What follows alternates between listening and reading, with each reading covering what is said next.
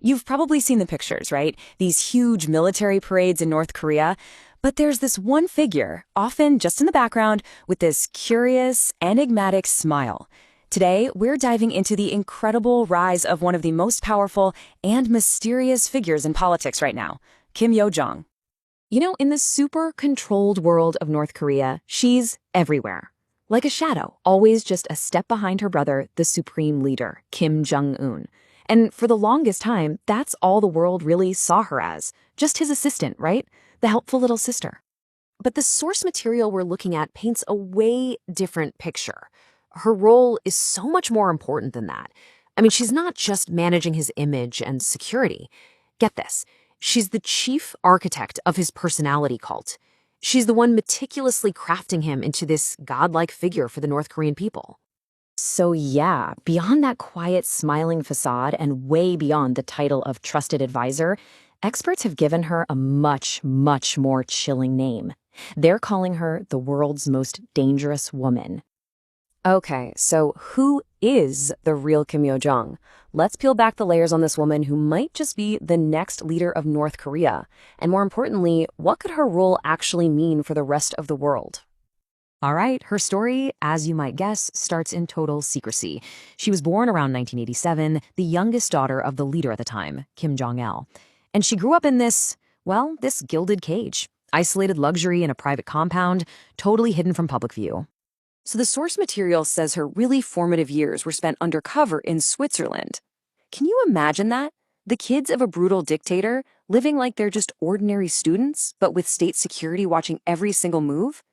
It was right there in that strange, isolated bubble that she and her brother formed this absolutely unbreakable bond.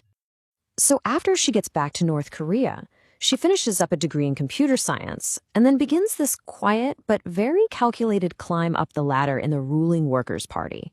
And this is where we see her move from the shadows right into the center of power. And what's really wild here is just how fast this all happened. I mean, think about it. In 2011, nobody knew who she was, a complete unknown. Just a year later, she's controlling her brother's travel and his security. And a little after that, she's literally shaping the reality for an entire country. And as the real head of propaganda, she wasn't just some aide. No way. She was the chief architect of her brother's public image. The source we're looking at says she carefully modeled his entire persona on their super powerful grandfather, Kim Il-sung, which was a genius move to lock in the family dynasty. So for years, the world just saw this quiet, soft-spoken assistant, the woman quietly handing papers to her brother at big meetings. But that very carefully crafted image, well, it was about to be completely shattered, revealing the iron fist that was always hiding inside that velvet glove. Her big debut on the world stage came at the 2018 Winter Olympics in South Korea. And this was a huge deal. She was the first member of the ruling Kim family to actually set foot in the South since the Korean War. And she played it perfectly. Her smile, her quiet diplomacy, it completely captivated the global media. She was presenting this softer, much more approachable face for the regime. But then just 2 years later, that diplomatic mask, it didn't just slip, it was ripped right off.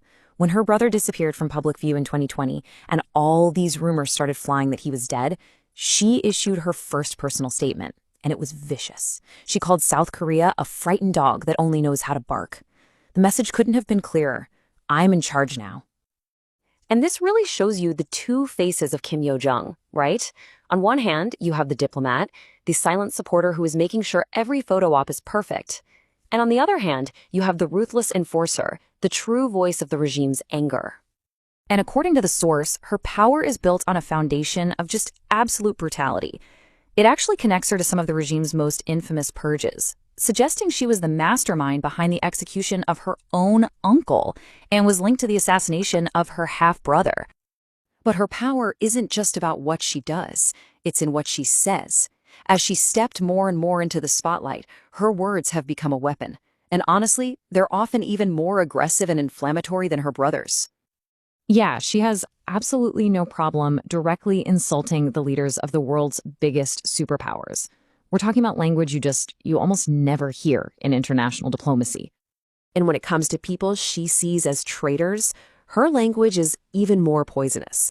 The source notes she calls them scum and filthy insects, and promises them a horrible price for being disloyal.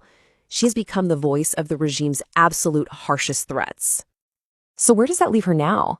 Well, the big takeaway here is that she's not just some potential successor anymore. A lot of experts now believe she's basically a co-dictator, sharing power with her brother. And that's something that's totally unheard of in North Korea. Her position is now totally locked in within the regime's hierarchy. This isn't just about being an advisor. She now issues official state declarations, a role that used to be reserved only for the supreme leader himself. That makes her the de facto mouthpiece for the entire nation. Look, history has definitely had its share of ruthless female rulers. I mean, you have China's Empress Wu Zetian, England's Queen Mary I, both known for their absolute power and, frankly, their brutality. But the source makes a really critical distinction here. None of them had their finger on a nuclear button. And that brings us to the final and pretty chilling question. It's not a matter of if she's dangerous anymore. The real question is, what happens when the woman some people are calling the most dangerous in the world takes full, undisputed control? Is the world even remotely prepared for a female dictator with nuclear weapons?